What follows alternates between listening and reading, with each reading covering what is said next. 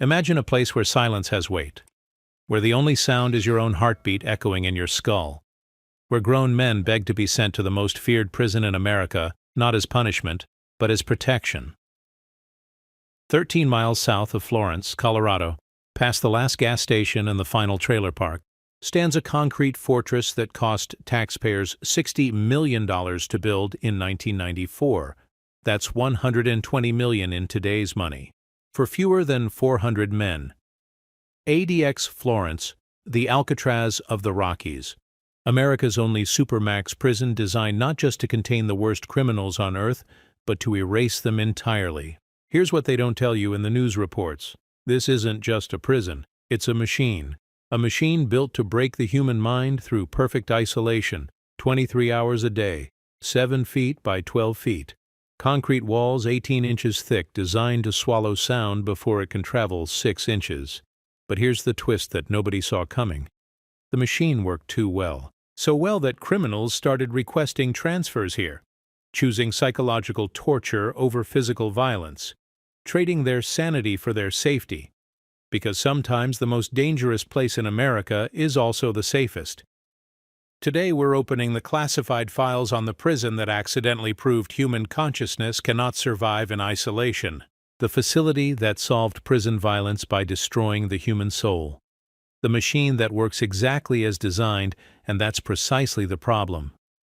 This is the forensic breakdown of how America built a concrete hell and called it justice.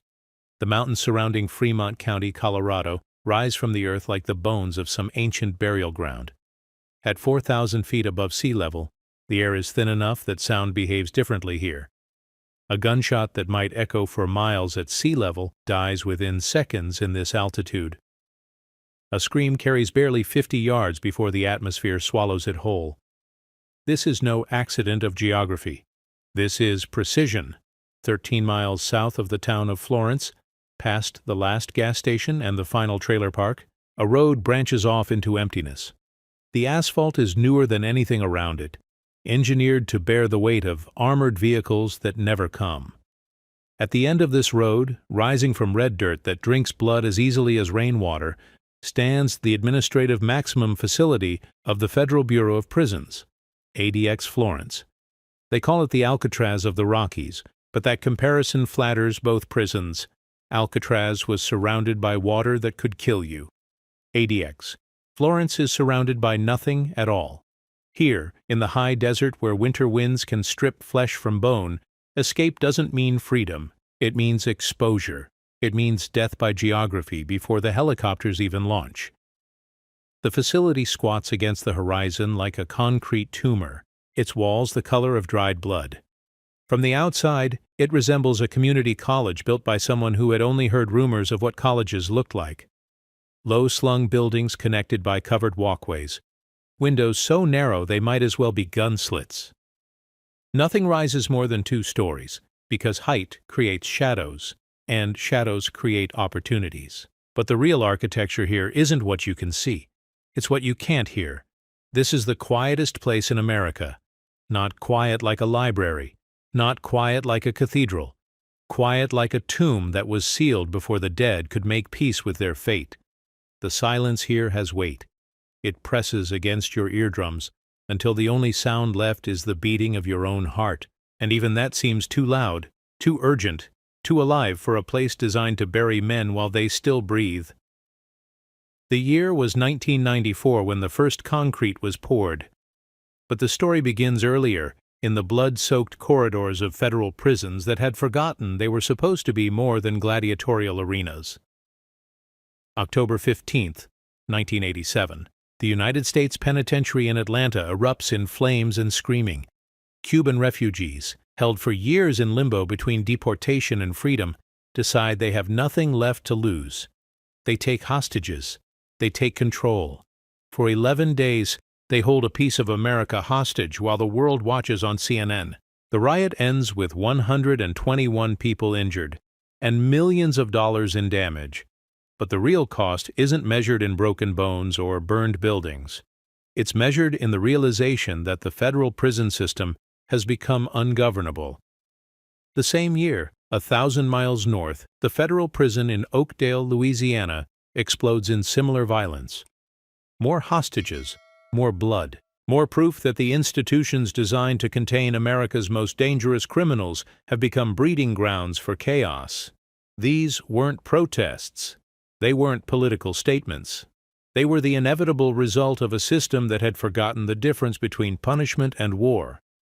In the aftermath, as investigators sifted through the wreckage and administrators counted the dead, a new philosophy began to take shape. Not rehabilitation, not reform.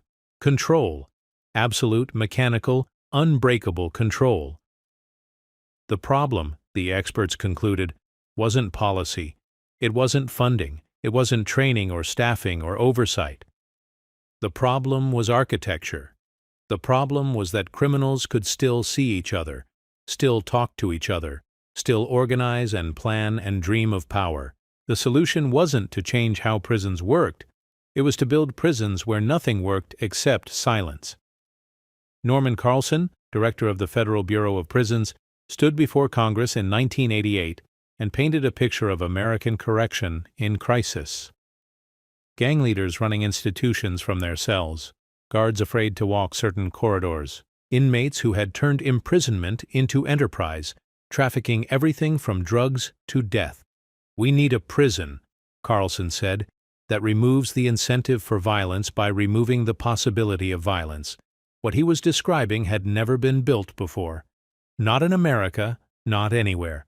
A prison designed not to house criminals, but to erase them, to reduce human beings to their most basic functions, breathing, eating, existing, while stripping away everything that made existence meaningful. The blueprint that emerged from months of planning sessions and architectural consultations looked more like a bunker than a correctional facility. Single cells arranged in pods, no common areas, no shared recreation, no dining halls, no libraries, no places where two inmates might pass in a corridor and exchange so much as a glance. The designers called it a supermax facility, though the name was inadequate. Maximum security suggested that this was simply the highest point on a spectrum of control. But what they were designing existed outside any spectrum. It was control raised to the level of philosophy, silence elevated to the status of religion. The site selection process took 2 years. Every location had to meet specific criteria that read like the specifications for a military installation: remote enough to discourage escape attempts, isolated enough to muffle sound, accessible enough for staff and supplies, but far enough from population centers that the local community couldn't organize effective opposition. Fremont County, Colorado, won the competition by offering what no other location could: absolutely nothing. No major highways, no airports, no cities within 50 miles large enough to appear on most maps, just high desert and higher mountains and wind that never stopped blowing. The geology was perfect. Granite bedrock lay less than 6 feet below the surface, providing a foundation that could support concrete walls thick enough to stop tank rounds. The climate was perfect. Winter temperatures that could kill an exposed human being in hours, making escape a form of suicide. The isolation was perfect. If you could dig your way out of this prison, you would emerge into a landscape more hostile than any cell. Ground was broken on May 3, 1991, under a sky so blue it looked artificial. The construction crew had been selected as carefully as the location. Men with security clearances. Men who understood that what they were building was classified not because it was secret, but because it was unprecedented. The concrete alone required special consideration. Standard prison concrete was designed to contain. This concrete was designed to absorb sound, vibration, human voice, everything that might carry information from one cell to another. The mixture included additives that most construction foremen had never heard of: polymers that dampened acoustic transmission, fibers that prevented cracking that might create sound channels, sealers that turned concrete into something closer to soundproof foam. The walls of each cell were poured in continuous sessions, 17 hours at a time, to eliminate joints that might allow sound to leak between spaces. When the concrete cured, it formed not just barriers but acoustic voids. Cells that existed in perfect isolation not just from each other, but from the very idea that other cells existed.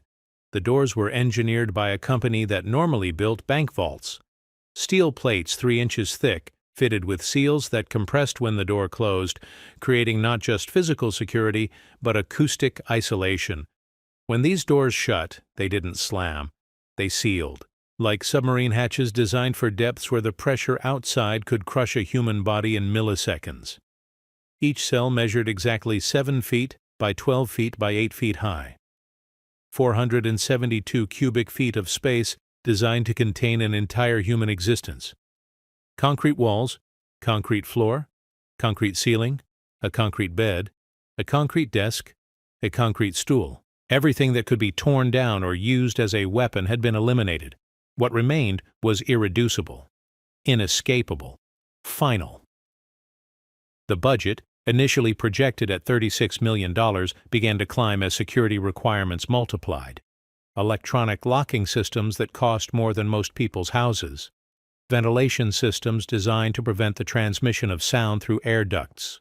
Plumbing that operated without shared pipes that might carry voices between cells. Electrical systems encased in concrete to prevent tampering. By the time the facility opened, the cost had exceeded $60 million.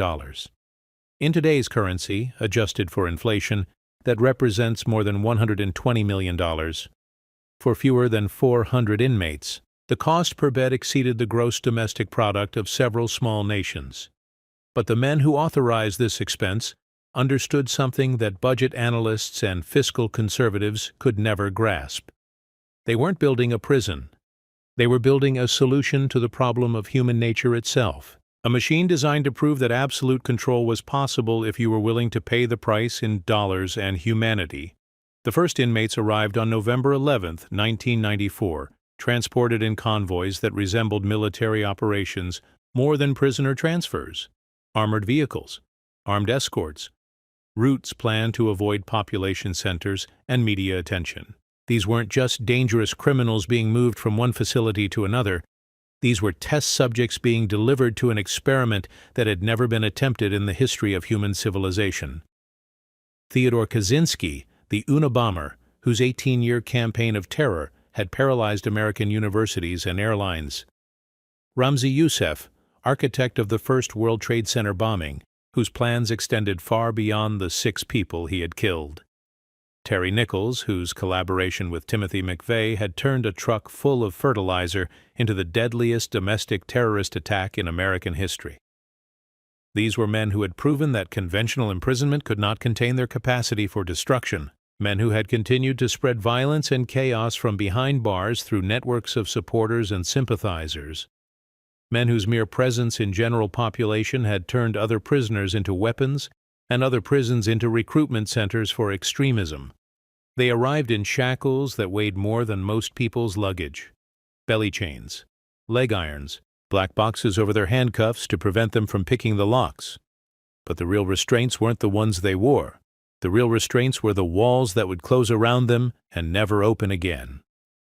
The intake process had been designed to eliminate human contact from the moment an inmate entered the facility. No group processing, no orientation meetings, no contact with other prisoners, even those who had arrived in the same convoy. Each man was processed individually, photographed individually, examined individually, and escorted individually to a cell that would become the entire universe of his existence. The cells had been numbered but not named. A1 through A32. B1 through B32. Letters and numbers that carried no meaning except position in a grid designed by engineers who understood that meaning itself could become a form of communication. Even the numbering system had been randomized to prevent inmates from determining their position relative to other cells.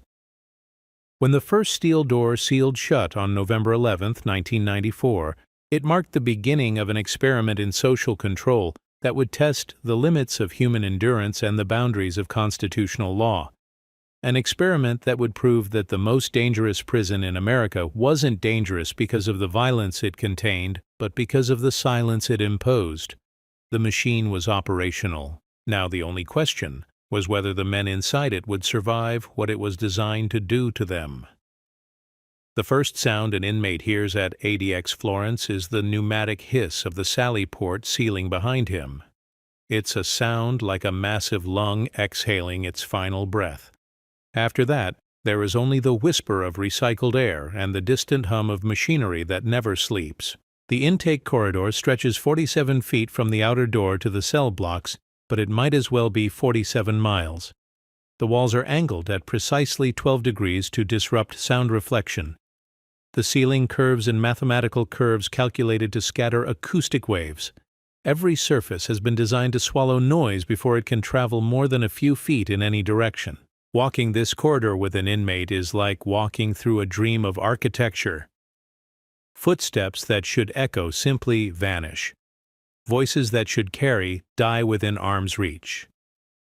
The human ear, accustomed to the constant feedback of reverberation and echo that defines normal acoustic space, begins to malfunction in this environment. Sounds seem to originate from inside your own skull. The cells themselves exist in perfect isolation, not just physical but acoustic. The concrete walls are 18 inches thick, not because they need to be that strong, but because 18 inches is the minimum thickness required to completely block sound transmission between adjacent spaces. Conversations in neighboring cells, even shouted conversations, cannot penetrate these barriers. Each cell contains exactly 5 items: a concrete platform that serves as a bed, a concrete desk molded into the wall, a concrete stool that cannot be moved, a stainless steel toilet and sink combination bolted to the floor, a narrow window 4 inches wide and 4 feet tall that provides a view of a concrete wall 7 feet away. Nothing else. Nothing that can be moved. Nothing that can be modified. Nothing that can be used to send signals or create sound. The daily routine begins before dawn with the mechanical click of electronic locks disengaging. There is no human voice announcing the start of the day, no guard walking the tier with keys jangling from his belt, just the soft, pneumatic sigh of locks releasing, and the barely audible whisper of slot doors opening to receive food trays. Breakfast arrives on a paper plate through a slot that opens for exactly 30 seconds. Long enough to slide the tray through. Not long enough for conversation. The slot closes with a definitive click that sounds like a camera shutter capturing an image you'll never see. 30 minutes later, another click signals that the tray must be returned. No exceptions, no delays. The machine operates on schedules that don't accommodate human preference. At 7:37 each morning, the outdoor recreation rotation begins. One inmate at a time is escorted to a concrete enclosure that prison officials call an exercise yard, but inmates call something else entirely. Dog run, concrete box, tomb with sky. The space measures 37 feet by 13 feet, surrounded by walls 20 feet high topped with razor wire that glints in the high-altitude sunlight like broken glass. The escort procedure eliminates human contact. The inmate places his hands through a slot in his cell door to be handcuffed. He then steps backward until he can be leg-shackled through the same slot. Only then does his cell door open, revealing a corridor where no other inmate will be present. The walk to the exercise yard takes exactly 2 minutes and 17 seconds, during which time no words are exchanged between guard and prisoner. The exercise yard itself is a masterpiece of psychological architecture. High walls block any view of the horizon, creating the impression that the world beyond these walls no longer exists. The only sky visible is a rectangular patch directly overhead, crossed occasionally by aircraft flying so high they might as well be traveling between planets. The walls are smooth concrete, with no handholds, no ledges, no surface variations that might provide entertainment for eyes starved of visual stimulation. 1 hour later, the reverse procedure brings the inmate back to his cell. Handcuffs, leg shackles, the 2-minute walk, the slot door closing, the electronic lock engaging with its soft mechanical sigh. 23 hours until the cycle repeats. This is the entirety of human existence at ADX Florence. 3 paper plate meals, 1 hour of concrete enclosed sky, 23 hours of silence so complete it becomes a physical presence in the cell. The shower schedule operates on a different rotation. 3 times per week, always alone, in a concrete stall that measures 4 feet by 4 feet, no shower curtain, no privacy, just a shower head that operates for exactly 8 minutes, and a drain that swallows water and sound with equal efficiency. The water temperature is controlled remotely, lukewarm in summer, barely warm in winter, regardless of the outside temperature that can range from 105 degrees in August to 28 below zero in January.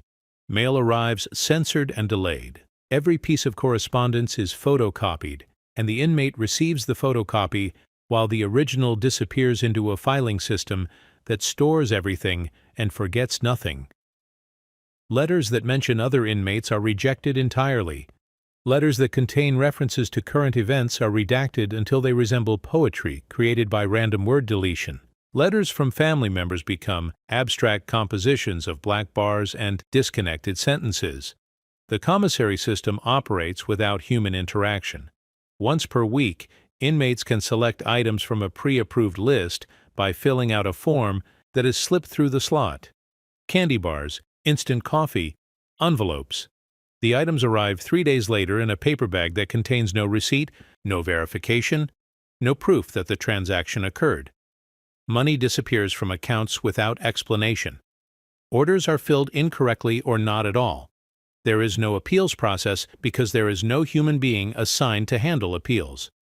Medical care follows the same protocol of isolation. Sick call requests are submitted through the slot and disappear into a bureaucratic void that operates according to schedules no inmate is allowed to see.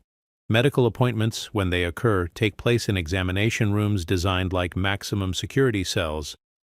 The inmate remains shackled throughout the examination. The doctor communicates through questions that require only yes or no responses. Psychiatric evaluations are conducted through the cell door, with the psychiatrist speaking to the inmate through the food slot while taking notes on a clipboard. The psychological effects begin almost immediately. Sleep cycles fragment as the brain struggles to process an environment that provides no acoustic cues about time or space. Some inmates report that they lose the ability to judge how long they have been sleeping, whether minutes or hours. Others say they forget how to sleep entirely, lying awake in darkness that is broken only by the red glow of a status light that indicates their cell's electronic systems are functioning properly. Appetite disappears as the body rebels against eating in an environment that provides no social context for meals. Food becomes purely functional, fuel consumed without pleasure, without ceremony, without the human rituals that transform eating into dining. The paper plates and plastic spoons eliminate even the minor sensory feedback that comes from the weight of real dishes, the sound of silverware against china. Time itself begins to malfunction. Without the acoustic landmarks that normally structure daily experience, traffic noise, conversation, music, even the distant sounds of other people living their lives, the passage of hours becomes unmeasurable. Days blend into weeks. Weeks blur into months. Some inmates report losing entire seasons, unable to remember anything that happened between the first snow and the last. Language atrophies. With no one to talk to, and nothing that requires verbal communication, the internal monologue that narrates human consciousness begins to break down. Words lose their precision, concepts become fuzzy. Some inmates develop a condition psychologists call isolation aphasia, the gradual loss of language skills that occurs when speech becomes unnecessary for survival. The human voice, unused for months at a time, begins to change. Vocal cords weaken from disuse. Speech patterns slow and become halting. Some inmates report that when they finally have occasion to speak, during medical appointments or disciplinary hearings, their own voice sounds foreign to them, like hearing a recording of themselves from years ago. But the most insidious psychological effect is the erosion of self-awareness. Human consciousness, it turns out, requires external feedback to maintain its coherence. We know ourselves partly through how others see us, how others respond to us, how others confirm or challenge our sense of who we are. In the absolute isolation of ADX Florence, this feedback loop is severed. The self becomes uncertain, fragmented, difficult to locate in the empty landscape of solitary existence. Guards report that inmates sometimes seem to forget they are speaking aloud, carrying on conversations with invisible companions. Others develop elaborate fantasy relationships with people they have never met: movie stars, historical figures, family members long dead. These relationships become so vivid that inmates express genuine grief when forced to acknowledge their imaginary nature. Sleep becomes the only escape from consciousness, and many inmates begin sleeping 12, 14, 16 hours per day. Not because they are tired, but because sleep is the only state of existence that requires no effort to maintain. Dreams become more real than waking life, more interesting, more populated with the human contact that waking life denies. Physical health deteriorates in ways that medical staff struggle to understand. Blood pressure rises and falls without apparent cause. Digestive systems malfunction despite adequate nutrition. Immune systems weaken, making inmates susceptible to infections that healthy adults should easily resist. Hair falls out. Skin develops rashes and lesions that resist treatment. Bodies begin to cannibalize themselves as if the flesh were protesting its imprisonment along with the mind. The architects who designed ADX Florence understood that they were creating something unprecedented in the history of corrections. Traditional solitary confinement was a temporary punishment imposed for disciplinary infractions.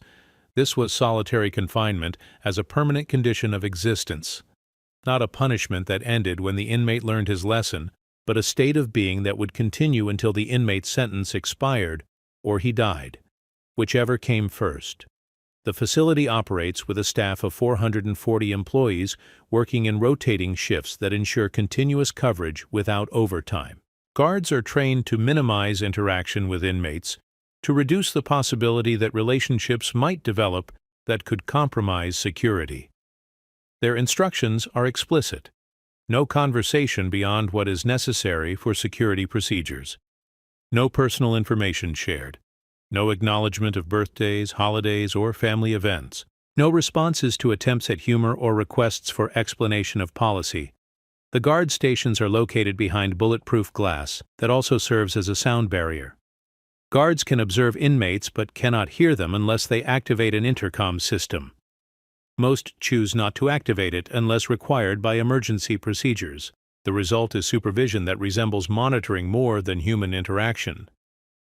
Guards watch inmates the way technicians watch gauges, noting irregularities and filing reports, but maintaining no personal connection to the human beings under their observation.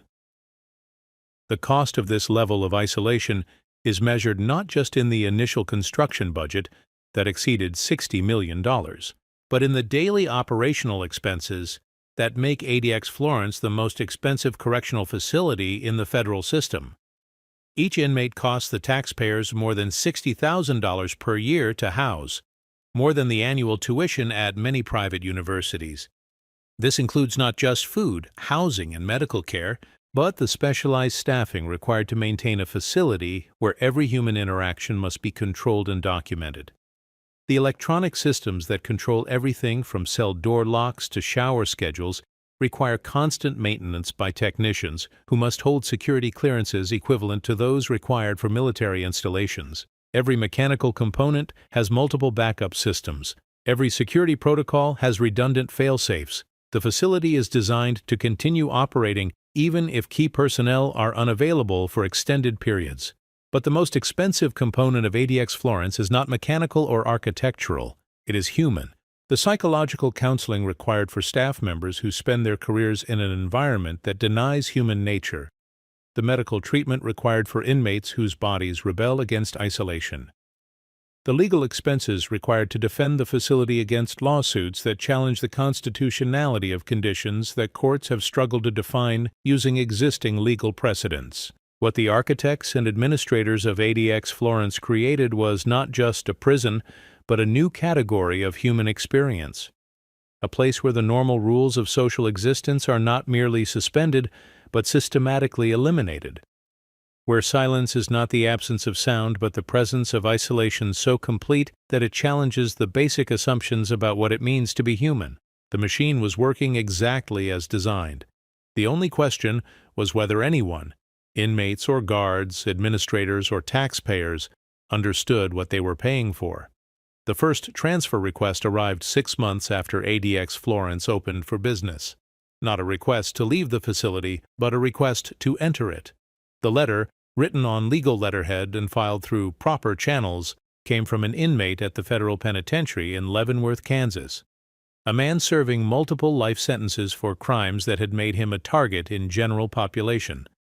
His name was withheld from public records, but his circumstances were not unique. He was white, he was a sex offender, he had testified against former associates. In the brutal mathematics of prison social order, these factors combined to create an equation that ended in death.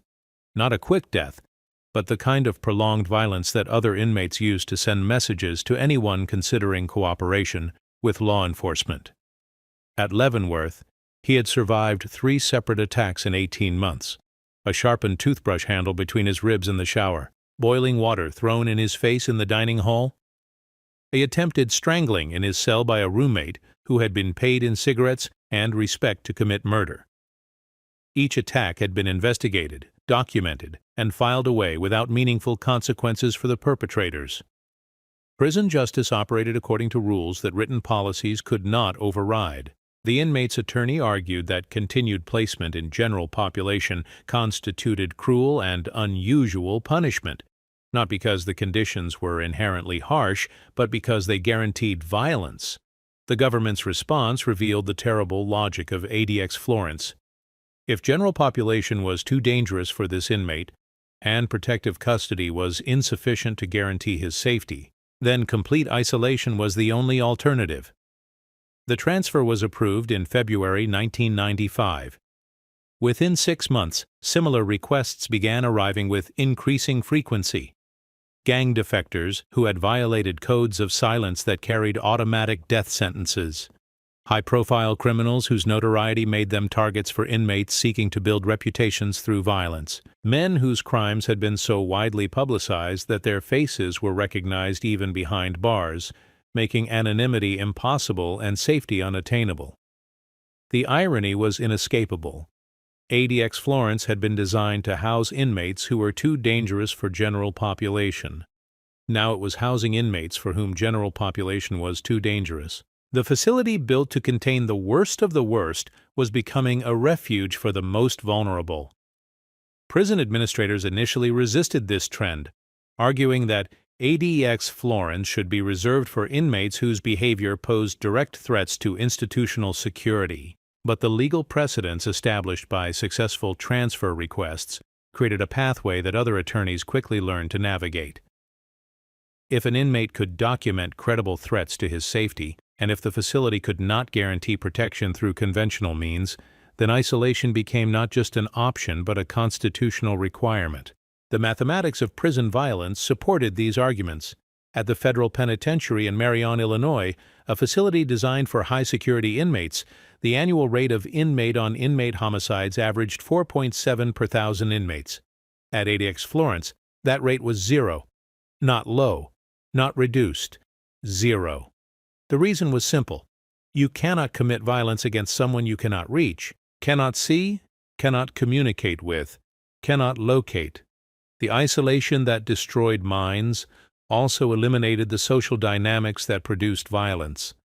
No gang hierarchies, no racial tensions, no drug debts, no territorial disputes, no competitions for status or resources, just the irreducible fact of individual existence in individual cells that might as well have been located on separate planets. By 1997, nearly 30% of ADX Florence inmates had been transferred there, not for violent behavior within the prison system, but for their vulnerability to violence from other inmates. Men who had made enemies of their former criminal associates. Men whose crimes violated the informal codes that governed inmate behavior. Men whose cooperation with law enforcement had marked them for death in any facility where other inmates could reach them. This transformation revealed a truth about American corrections that administrators preferred not to discuss publicly. The federal prison system had become ungovernable through conventional means. Gang affiliations determined housing assignments. Criminal hierarchies dictated daily routines. Violence was not an aberration in the system, but the mechanism through which the system organized itself. At ADX Florence, these hierarchies simply ceased to exist. A gang leader had no followers he could influence. A racial supremacist had no minority inmates to terrorize. A debt collector had no debtors to punish. Power, in the traditional prison sense, required other people to exercise it upon. In isolation, power became an abstract concept with no practical application. The psychological impact of this powerlessness affected different inmates in different ways. Some experienced relief so profound it bordered on euphoria. For the first time in years, they could sleep without listening for approaching footsteps. They could eat without checking their food for razor blades. They could exist without constantly calculating threats and defensive strategies. Others experienced a disorientation that psychiatric staff struggled to categorize. Men who had defined themselves through dominance and intimidation discovered that their core identity had no meaning in an environment where dominance was impossible. Gang leaders became indistinguishable from their former victims. Predators became irrelevant in an ecosystem that contained no prey. The adjustment period for these protective custody transfers typically lasted 6 to 8 months. Initially, most experienced what psychologists called decompression syndrome, a gradual relaxation of hypervigilance that had become their normal state of consciousness. Sleep patterns improved, appetite returned, stress-related medical conditions began to resolve. But after this initial period of relief, a different set of psychological challenges emerged. Safety, it turned out, was not the same thing as well-being. An environment that eliminated all external threats also eliminated most forms of human stimulation.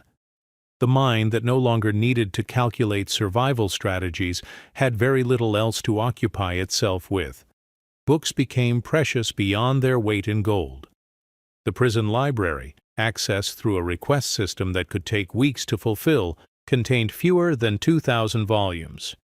Many inmates read the same books repeatedly, not because they enjoyed them, but because reading was one of the few activities that could consume hours while providing the illusion of mental stimulation. Some reported reading the dictionary from beginning to end multiple times, not for education but for entertainment. Television programming was limited to educational and religious content, broadcast on a closed-circuit system that operated according to schedules inmates never saw. Programs began and ended without warning. Channels changed without explanation. The medium that was supposed to provide connection to the outside world became another reminder of powerlessness and isolation. Letter writing became the primary form of human contact, but the censorship system turned correspondence into an exercise in frustration. Letters took weeks to reach their destinations, and weeks more to receive replies. Family relationships strained under the weight of communication that was always delayed, often censored, and frequently misunderstood due to missing context. Some families simply stopped writing, not out of lack of love, but out of inability to maintain emotional connections through such filtered and irregular contact. Children grew up and graduated from school, while letters announcing these milestones sat in processing queues. Parents died while notification letters worked their way through bureaucratic approval systems. The visiting program operated under restrictions so severe that many inmates never received visits at all. Visitors were required to submit to background checks that could take months to complete. Travel to the remote facility required significant financial resources and time commitments that most families could not manage. The visiting room itself was designed to minimize human contact. Conversations conducted through bulletproof glass, communication through electronic handsets that could be monitored and recorded. But perhaps the most psychologically damaging aspect of these visits was their aftermath. The brief reminder of what human contact felt like made the return to isolation exponentially more difficult. Some inmates requested that their families stop visiting entirely, arguing that the pain of separation outweighed the brief pleasure of connection. Staff members began reporting changes in their own psychological well-being that they had not anticipated. Working in an environment that denied human nature began to affect their ability to connect with other people outside of work.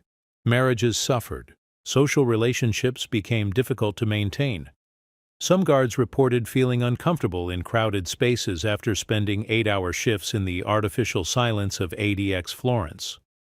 The turnover rate among correctional staff exceeded 30% annually, more than double the national average for similar positions. Exit interviews revealed a pattern of psychological stress that human resources departments struggled to address through conventional employee assistance programs. How do you counsel someone whose job requires them to participate in the systematic denial of human contact? Training programs began, including psychological preparation for work in the isolation environment, but these programs could not address the fundamental contradiction of asking human beings to administer inhumane conditions on a daily basis. Some staff members developed elaborate psychological defenses, viewing inmates as less than human, adopting clinical detachment that bordered on emotional numbness, or focusing exclusively on the security aspects of their duties while ignoring the human consequences. The medical staff faced unique challenges that their training had not prepared them for. Treating patients who had been deprived of human contact required diagnostic skills that conventional medical education did not provide. How do you evaluate the mental status of someone whose environment systematically produces mental illness? How do you prescribe treatment for conditions caused by the treatment environment itself? Psychiatric medications became the primary intervention for psychological distress, but the medications that controlled symptoms in conventional prison environments often produced different effects in isolation. Antidepressants that worked effectively for inmates in general population sometimes increased suicidal ideation in isolated inmates. Antipsychotic medications that controlled behavioral problems in social environments sometimes produced paradoxical reactions in patients who had no social environment to respond to. The suicide rate at ADX Florence exceeded the national average for federal prisons by a factor of more than 3-to-1.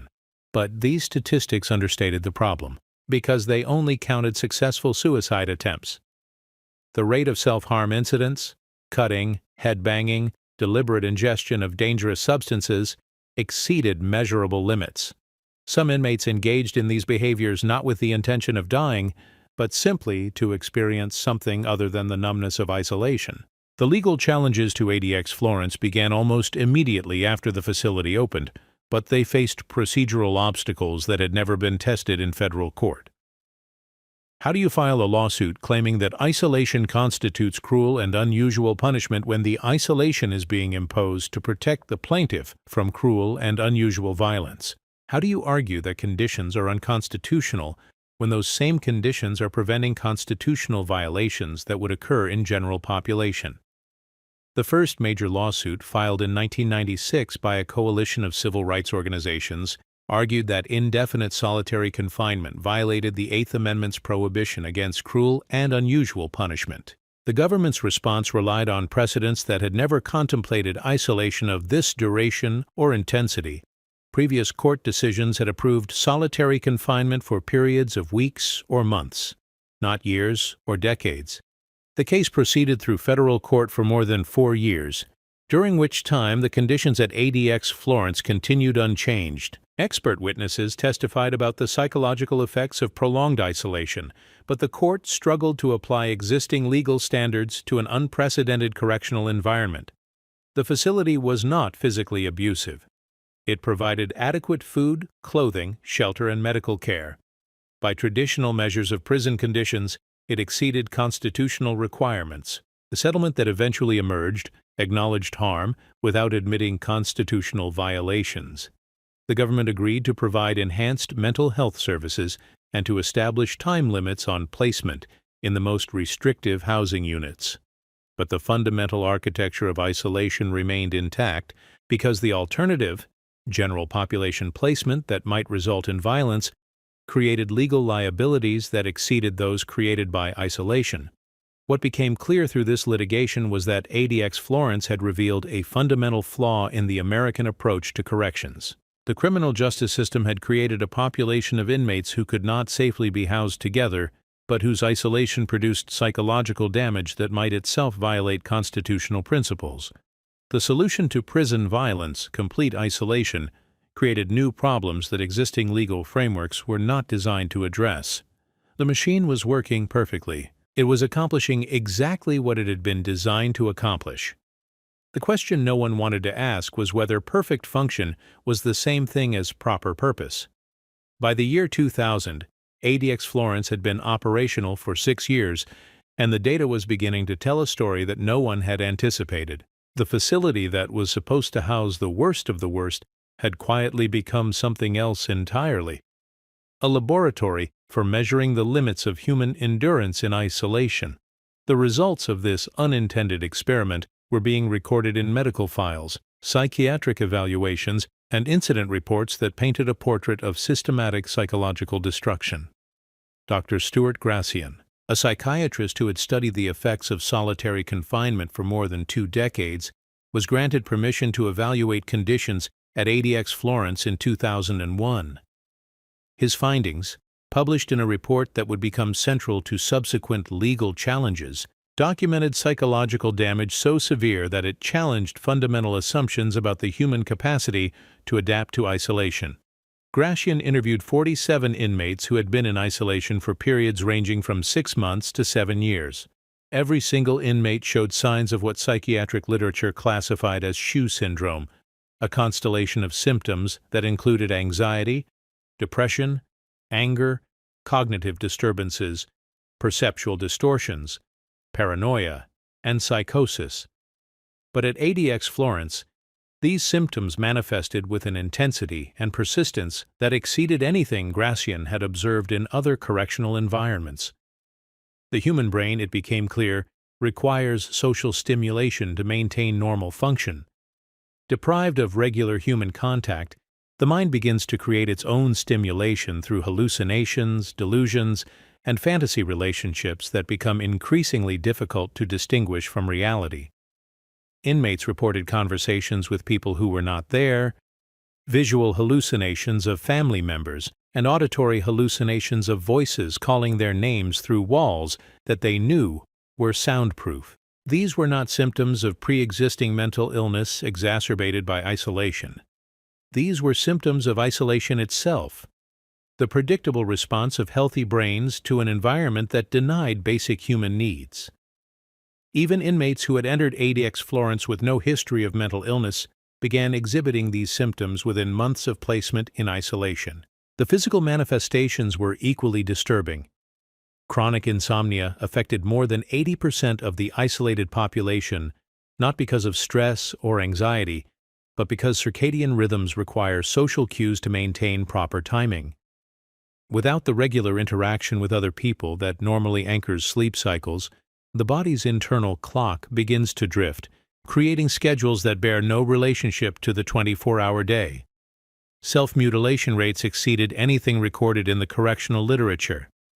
Inmates cut themselves with fragments of broken plastic, bit through their own tongues, and battered their heads against concrete walls with such force that they created permanent brain damage. These behaviors were not attention-seeking or manipulative. They were desperate attempts to create sensation in an environment that provided almost none. The most disturbing finding in Gracian's report was the documentation of intellectual deterioration in inmates who had been in isolation for extended periods. Men who had entered the facility with normal cognitive function began showing signs of memory loss, reduced attention span, and decreased ability to process complex information. Reading comprehension declined. Mathematical skills deteriorated. Language abilities atrophied. This intellectual decay was not reversible through medication or therapy. The brain, deprived of the stimulation it requires for normal function, began to cannibalize its own capacity. Neural pathways that were not regularly exercised simply disappeared. Cognitive abilities that were not continually challenged became inaccessible. The mind, confronted with an environment that provided no mental exercise, began to shut down non-essential functions. The implications of these findings extended far beyond the individual inmates being studied. ADX Florence housed men who were serving sentences that averaged more than 40 years. Some were serving multiple life sentences without possibility of parole. If the facility was systematically destroying their cognitive abilities, it was creating a population of individuals who would never again be capable of normal social functioning, even if they were eventually released. But release was becoming an increasingly theoretical possibility. The average length of stay at ADX Florence had increased from an initial projection of 3 to 5 years to an actual average of more than 12 years. Some inmates had been in isolation since the facility opened, with no projected release date from restrictive housing. They were, for practical purposes, serving life sentences in solitary confinement. The legal challenges to these conditions intensified throughout the early 2000s, but they faced a judicial system that was struggling to apply constitutional principles to correctional practices that had no historical precedent. Federal judges were being asked to determine whether isolation of this duration and intensity violated the Eighth Amendment's prohibition against cruel and unusual punishment, but they had little guidance from previous court decisions that had contemplated much shorter periods of solitary confinement. The government's defense of ADX Florence relied on arguments that were legally sound but morally troubling. They argued that inmates had been placed in isolation for their own protection or for legitimate security reasons, and that the psychological effects of isolation, while regrettable, were not intended as punishment but were unavoidable consequences of necessary security measures. This defense created a legal paradox that courts struggled to resolve. If isolation was necessary for security, then the harmful effects were not punishment in the constitutional sense, even if those effects were more severe than many forms of physical torture. If isolation was protective rather than punitive, then the fact that it destroyed minds was legally irrelevant as long as it preserved lives. The paradox deepened when attorneys representing ADX Florence inmates began documenting cases of prisoners who had requested transfer back to general population despite credible threats to their safety. These inmates had concluded that the risk of violence was preferable to the certainty of psychological destruction through isolation. They were choosing potential death over guaranteed mental illness. Some of these transfer requests were granted, with predictable results. Inmates who had been in isolation for years were unable to function in social environments. They could not navigate the complex social hierarchies that governed general population. They could not read social cues that might warn them of impending violence. They had lost the skills necessary for survival in conventional prison environments. Several of these transfers resulted in serious assaults within weeks of placement in general population. But the inmates who survived often reported that the violence was preferable to the psychological torture of isolation. Physical pain, they argued, was temporary and comprehensible. Mental illness was permanent and inexplicable. These testimonies created public relations problems for the Bureau of Prisons that extended beyond legal challenges. Families of ADX Florence inmates began organizing advocacy groups that attracted media attention to conditions inside the facility. Congressional representatives began asking questions about the cost and effectiveness of isolation as a correctional strategy. The financial audit completed in 2003 revealed operational expenses that had exceeded initial projections by more than 40% annually. The cost per inmate had risen to more than $78,000 per year, more than twice the cost of housing inmates in conventional maximum security facilities. The medical expenses alone, driven by the need for psychiatric treatment and intervention for self-harm behaviors, exceeded the total operational budget of many federal prisons. But the financial costs were only part of the equation. The facility was producing human wreckage at an unprecedented rate. Inmates were emerging from ADX Florence so psychologically damaged that they required extensive and expensive mental health treatment in specialized facilities. Some were being transferred directly from ADX Florence to federal medical centers for psychiatric care that could last for years. The Bureau of Prisons began quietly implementing reforms designed to address the most egregious aspects of isolation while maintaining the fundamental structure of the facility. Inmates were allowed slightly more time outside their cells. Reading materials were made more readily available. Television programming was expanded to include some entertainment content. But these modifications addressed symptoms rather than causes. The basic fact of isolation remained unchanged. The most significant reform was the creation of step-down programs designed to gradually reintroduce long-term isolated inmates to social environments. These programs acknowledged implicitly what administrators could not state publicly, that prolonged isolation was causing damage that required rehabilitation before inmates could function in normal prison environments. But the step-down programs revealed the full extent of the psychological damage that isolation had produced. Inmates who had been in solitary for years could not tolerate the presence of other people, even in carefully controlled group settings. They experienced panic attacks when required to eat meals with others. They could not maintain conversations that lasted more than a few minutes. They had lost the basic social skills that humans typically acquire in early childhood. Some inmates in step-down programs requested to be returned to isolation, arguing that social interaction had become too stressful to endure. They had become so adapted to solitary existence that normal human contact was perceived as a threat rather than a benefit. The psychological conditioning that isolation produced was apparently irreversible in some cases. The staff members who administered these programs faced their own psychological challenges. They were being asked to help inmates recover from damage that the facility itself had caused. Many reported feelings of complicity in a system that they had come to view as systematically abusive. Some requested transfers to other facilities. Others left the correctional system entirely. The turnover rate among medical and psychiatric staff at ADX Florence exceeded 50% annually by 2005. Finding qualified professionals willing to work in the facility became increasingly difficult as word spread through medical communities about the nature of the treatment environment. Some positions remained unfilled for months at a time, creating service gaps that exacerbated the very problems the medical staff was supposed to address. International human rights organizations began citing ADX Florence as an example of practices that violated international standards for the treatment of prisoners.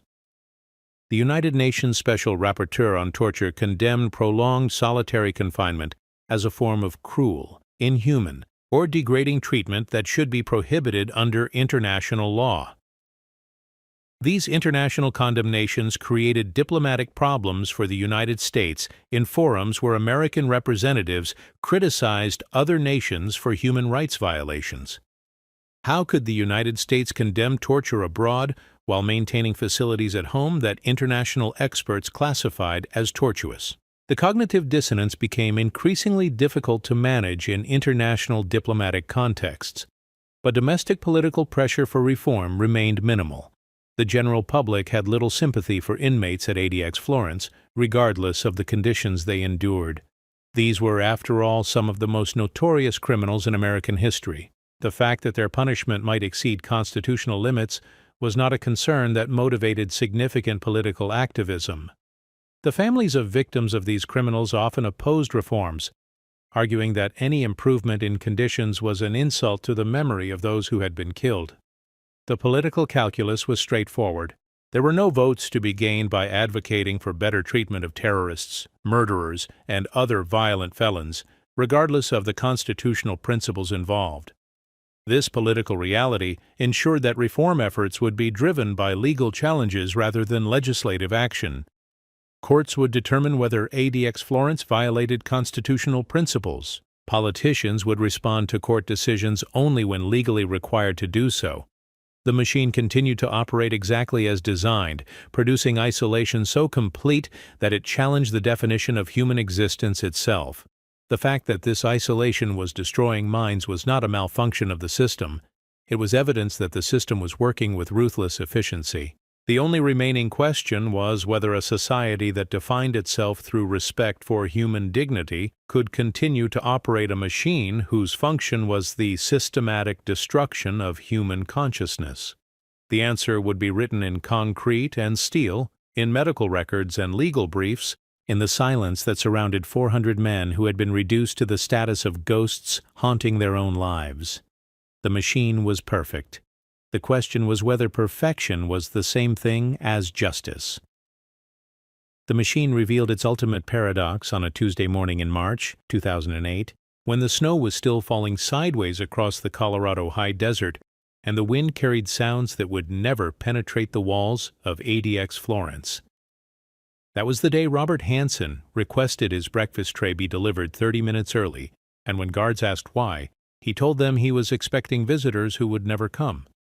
Hansen had been in isolation for 7 years, The FBI counterintelligence officer who had sold American secrets to the Soviet Union and later to Russia for more than 20 years had entered ADX Florence with a mind sharp enough to evade the most sophisticated intelligence agency on Earth.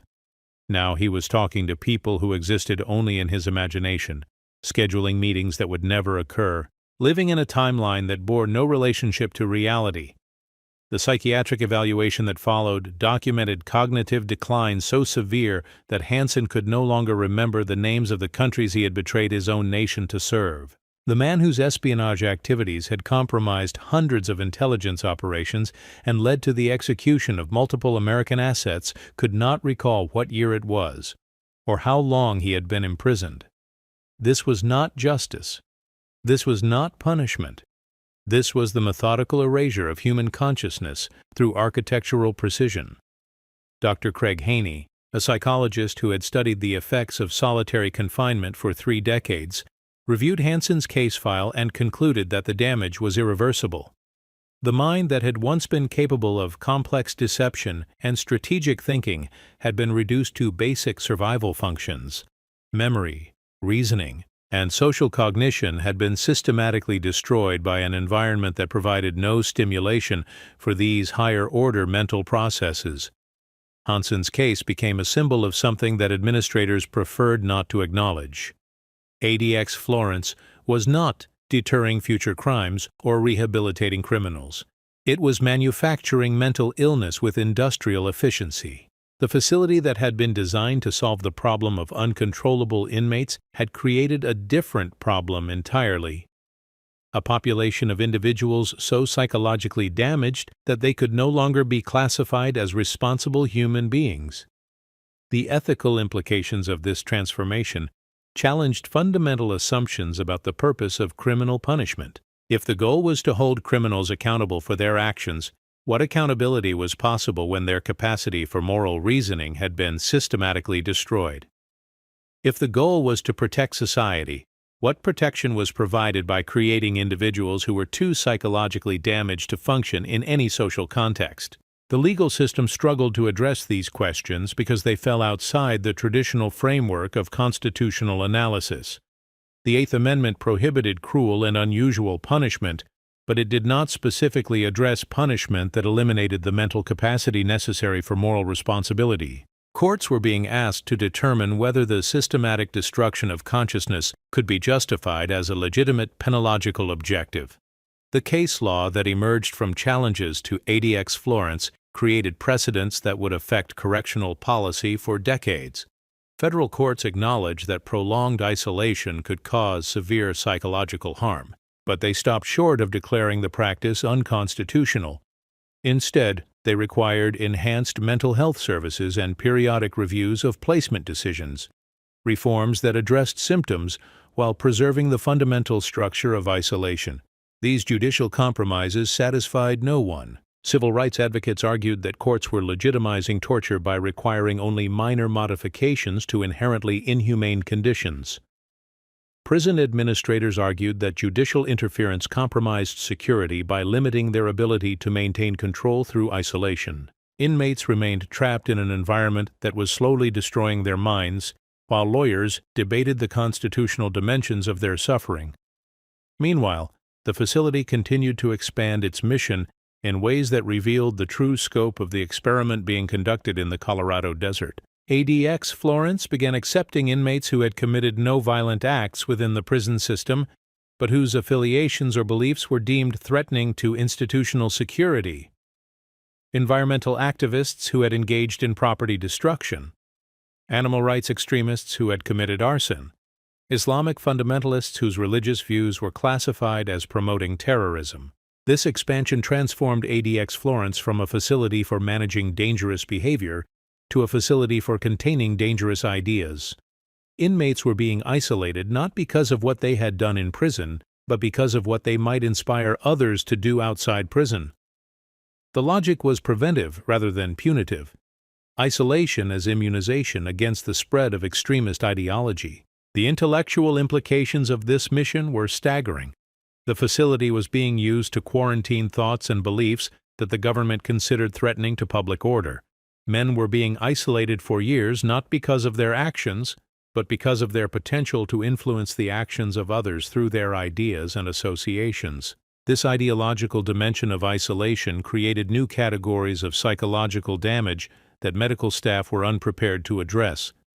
Political prisoners, for that is what many of these inmates had become, suffered not just from the effects of isolation, but from the existential despair that came from being imprisoned for their beliefs rather than their actions. They were being punished for who they were rather than what they had done. The transformation of ADX Florence into an instrument of ideological control occurred gradually and without public acknowledgement. Congressional oversight focused on security and costs rather than mission creep.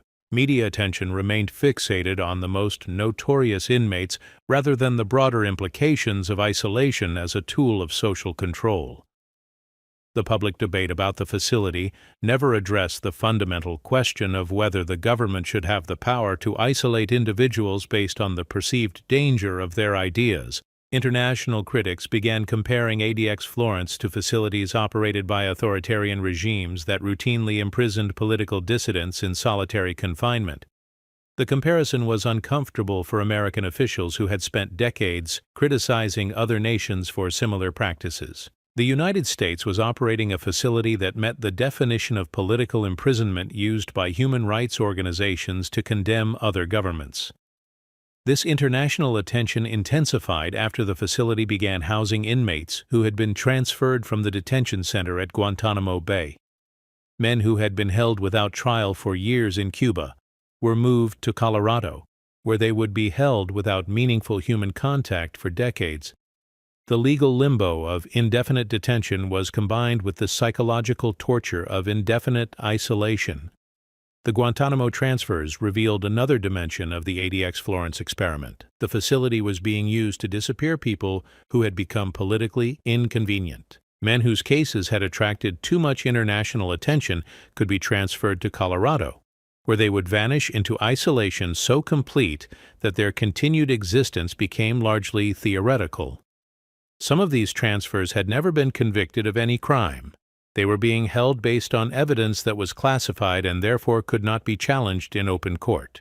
Their placement in isolation was justified by the assertion that they posed threats to national security, but the nature of these threats was never specified in public documents. They existed in a legal void where the normal protections of due process had been suspended indefinitely. The families of these inmates faced unique challenges that tested the limits of human endurance. How do you maintain a relationship with someone who may never be released, who cannot be touched, who can barely be seen through bulletproof glass during visits that occur at the discretion of security officials? How do you explain to children that their father is not dead but might as well be, that he exists in a place where existence itself has been reduced to biological functioning? Some families stopped visiting entirely, not out of lack of love, but out of recognition that the pain of brief contact outweighed any comfort it might provide. Others maintained ritualistic visits for years, talking through glass to men who were gradually losing the ability to participate in normal conversation. These visits became exercises in denial, attempts to preserve relationships that the environment was systematically destroying. The children of ADX Florence inmates grew up with a form of loss that had no name and no social recognition. Their fathers were not dead, so they could not grieve. They were not absent by choice, so they could not be angry. They were simply gone in a way that could not be explained or understood by people who had not experienced the particular cruelty of separation through isolation. Some of these children developed psychological symptoms that mirrored those of their imprisoned fathers: anxiety disorders, depression, social withdrawal. They were inheriting the trauma of isolation through family connections that transcended the physical barriers of the prison. The damage being inflicted on inmates was radiating outward to affect people who had committed no crimes and posed no threats to public safety. The staff members who administered this system faced their own moral reckoning. Many had entered correctional work believing they were serving public safety by containing dangerous criminals. They found themselves participating in a process that systematically destroyed human beings while serving no identifiable public purpose. The cognitive dissonance between their professional identity and their daily duties created psychological stress that many struggled to resolve. Some guards developed elaborate mental defenses to cope with the ethical dimensions of their work. They focused exclusively on security procedures while ignoring the human consequences of those procedures. They adopted clinical language that transformed inmates into objects requiring management rather than human beings deserving compassion.